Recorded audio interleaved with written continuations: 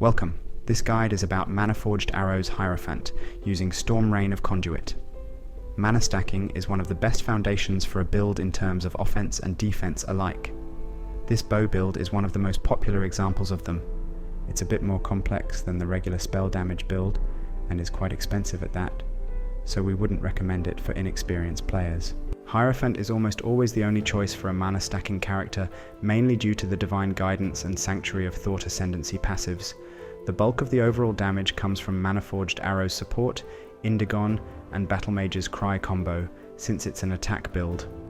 The helmet increases damage per mana spent in the past 4 seconds, and to spend a lot of it quickly, you have to use the Arcane Cloak, the only spell which has a built-in fixed high mana cost. It will increase the mana cost of all your other skills, letting you deal such damage for longer than 4 seconds. The increased mana cost will also grant you more damage via Mana-Forged Arrow support. The most effective way to get a lot of mana is by stacking Intelligence alongside mana. Intelligence and Strength will grant you more energy shield after you put on Shaper's Touch gloves. Mana-Forged Arrow's support gem grants more damage per mana cost of the whole setup it is linked to. Its mana cost grows after using your other bow attack, whose purpose is mostly to burn through your mana quickly. To deal damage, we have used Storm Rain of the Conduit. Your mana should not prevent damage.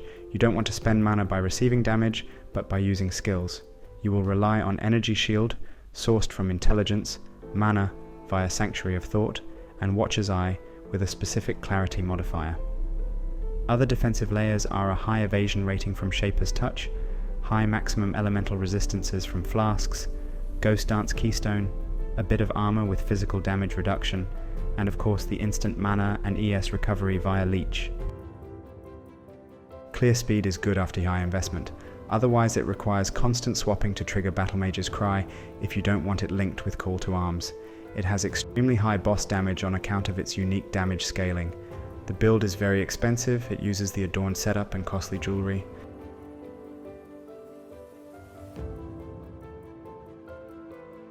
The required unique items are Indigon, Widowhail, the Ivory Tower, Shaper's Touch, and some jewels. For your weapon swap, you'll also need the Red Blade Banner and Aldi. Indigon is the core element of the build. After spending mana, it increases spell damage, which turns into attack damage after using Battle Mage's Cry. It's possible to reach the 2000% increased damage cap, but it's difficult. You have to spend 16,000 mana in 4 seconds, assuming you have the 25% roll. A Widowhail with at least 200% roll is crucial. It's better than any rare bow because you're looking for unusual, for a bow build, modifiers on a quiver.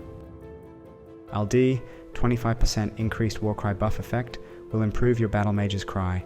The buff granted by this Warcry will persist after you swap back to a bow quiver setup. The Poised Prism adds significant damage per each attribute, and you do have a lot of intelligence with some strength. It's a great budget option if you have a corrupted copy that fires an additional arrow, but due to the lack of mana, intelligence, and attack speed, it's not as good as a rare quiver.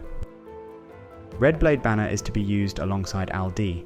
It ensures that the Battle Mage's Cry is at its maximum potency each time you cast it, no matter if there's an enemy nearby. Swap back to the bow quiver setup after using this Warcry. The Ivory Tower is the usual element of all energy shield builds that wish to reserve all their life instead of going for chaos inoculation. Shaper's Touch single-handedly solves your accuracy problem and increases your evasion, which can be incorporated as one of the main defensive layers. With Strength, which you will also have quite a bit of, it grants mana and energy shield. That's the main reason why Strength is valued in this build. Astramentis is the budget option. It grants you a lot of attributes, most of which are beneficial.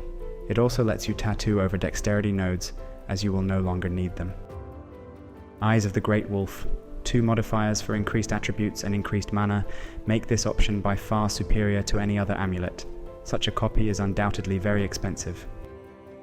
The build can accommodate 10 magic jewels, so Adorned is a natural choice. The maximum rolls for attributes and mana on these jewels are even numbers, so the best Adorned is in fact one with 150% increased effect. You've cultivated great conditions for split personality jewels. Socket them near point blank where the distance to start is 47. They should grant you intelligence and mana. Watcher's Eye. The most important mod is added energy shield based on maximum mana from the Clarity's pool. Your other aura is Grace, which offers movement speed or an additional chance to evade. The build needs mostly mana and intelligence. All the other merits like damage and survivability are derived from it. Mana increases your defenses via Arcane Cloak and Sanctuary of Thought. Mana is also a source of energy shield with a specific Clarity mod on a Watcher's Eye. Combined with intelligence, which also grants ES, it can add up to around 15 to 20k of maximum ES. Gathering Strength is heavily encouraged. This attribute adds a bit of extra damage via the Iron Will Keystone and mana with Shaper's Touch. Your mana and ES are sustained primarily by Mana Leech from Support Gem and ES Leech from Storm Drinker Notable. A lot of your resistances are provided by Flasks, and they should stay up at all times, making Mage Blood a great addition. It's a non-crit build. There's no way to fit in any meaningful crit chance and multiplier. A quiver needs to have attack speed, mana, intelligence, and an additional arrow with added lightning and fire or cold damage. A lot of intelligence can be gained from essence crafting. Mana can be crafted with a bench. Don't put any important stats here such as attributes or resistances. You will need to swap it to cast Battle Mage's Cry once in a while when fighting bosses. Broadhead Arrow Quiver is probably the best base. Boots should grant you mana, intelligence, movement speed, resistances, and maybe strength. Elemental resistances are especially important for a build with no Mage Blood. For Eldritch mods, seek action speed and increased Battle Mage's Cry buff effect. A rare belt can be used in this build instead of Mage Blood. Here you will need maximum mana, resistances, attributes, and 1 or 2 flask modifiers that will ensure your flasks are always active. Hunter's modifiers could be extremely great here for flask charges on crit, and increased attributes in addition to that. Remember, you can also use Tattoos of the Talhoa Herbalist for increased flask effect duration. If your resistances are sorted out, look for intelligence and strength on suffixes in your rings. If not, resistances. Prefixes can only grant you additional mana. That's why using experimented ring bases with more pronounced suffixes is a great idea. Remember to use catalysts. Jewels have to be magic with only 2 affixes. Look for attributes and mana. We recommend intelligence mixed with strength. These are slightly better than pure intelligence. You can corrupt them for a chance to avoid ailments. This version of a build lets you make use of 4 large cluster jewels. Each can host 2 magic jewels for the Adorned and roll the immensely powerful scintillating idea Notable, which should be present on each of these. Prismatic Heart grants resistances and damage, Storm Drinker, Energy Shield Leech, important, you should have at least 1, and Disorienting Display blinds enemies, making your evasion more pronounced. If you're out of mana, any amount of chaos damage will kill your character instantly. That's why Coruscating Elixir is so important, it prevents that. There's also fire resistance and maximum fire resistance, so try to keep that flask up at all times. Use Magic Silver, Quicksilver, Topaz, and Sapphire flasks. Their suffixes should increase your attack speed, movement speed, reduced effect of shock on you, and reduced effect of curses on you.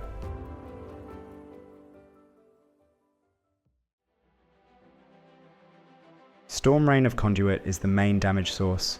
This transfigured version seems better as it would be hard to reach the 100 arrow limit from the regular Storm Rain anyway. It has higher damage. It is triggered after spending 300% of its mana cost on other bow attacks. It also grants 1% more damage per 1 mana cost. Link it with Mana-Forged Arrows, Mirage Archer, Elemental Damage with attacks, Level 5 Awakened Lightning Penetration, and Concentrated Effect. Rain of Arrows of Saturation is the mana-spending bow attack. Its other role is to hit as many times per second as possible to leech and gain mana on hit from Primal Spirit Notable. It will cost a lot of mana after you activate the Arcane Cloak. Link it with Elemental Damage with attacks, Lightning Penetration, Concentrated Effect, and Trinity Support, as you should be able to generate resonances.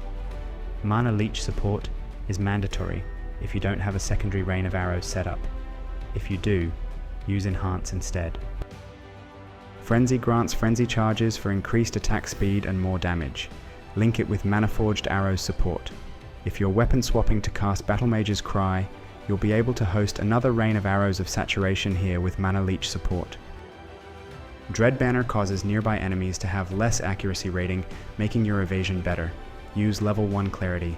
It's not supposed to regenerate mana, but unlock a specific modifier on a Watcher's Eye. Discipline adds extra maximum ES and increases its recharge rate. Link these skills with Arrogance, they should reserve nearly all of your life. Grace adds and increases evasion rating, which you have a lot of due to Shaper's Touch, and Evasion, and Energy Shield Mastery. You can have Grace off charge with increased aura effect if it's your only mana reserving aura. Link it with Eternal Blessing support. Arcane Cloak spends 64% of your mana to create a protective layer shielding you from a portion of incoming damage. It also grants additional spell damage from Indigon, translated to attack damage with Battle Mage's Cry and Iron Will. It's the most efficient way of ramping up Indigon's damage. Link it with enhanced support. If you have one socket to spare, use some kind of mobility skill. It can replace Enhance on Arcane Cloak or Mana Leech support if you have Essence Sap Notable allocated. If you plan to use a weapon swap setup, which you should if you want to fight pinnacle bosses, with Red Blade Banner and Aldi, you can socket your Warcry there. Link it with Urgent Orders and increased duration support. This maneuver lets you accommodate another rain of arrows of saturation linked to a Mana-Forged Arrows and Frenzy, but you can also just link it with Call to Arms without swapping and call it a day. It's a very important skill and you have to have it one way or another. It causes your spell damage to apply to attack damage at up to 150% of its value.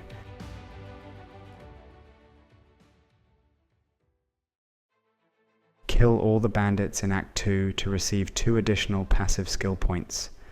Soul of Lunaris is a good pick for a major god. It increases your movement speed and physical damage reduction when there are a lot of enemies nearby. If you're not freeze immune and you get stunned too often, pick Brine King instead. Choose the Soul of Garrokan as your minor god to reduce the effect of shock on you by 60%. It will also make you blind and maim immune. Follow the outermost ring on the passive skill tree to make some space for large cluster jewels. On your way there you will pick maximum mana, energy shield, and intelligence. If you've allocated Essence Sap, you won't need Mana Leech support anymore. Your keystones are Elemental Overload, Zealot's Oath, Ghost Dance, Point Blank, and Iron Will. Allocate a Leech Mastery to make 10% of your Leech instant. Attributes Mastery for 5% increased attributes. ES Mastery to add 50% of your energy shield to your stun threshold if you don't have Brine King. And Evasion and Energy Shield Mastery with 1% increased evasion rating per 5 intelligence. That is all there is to it for this build. Like the video and subscribe to the channel. See you soon.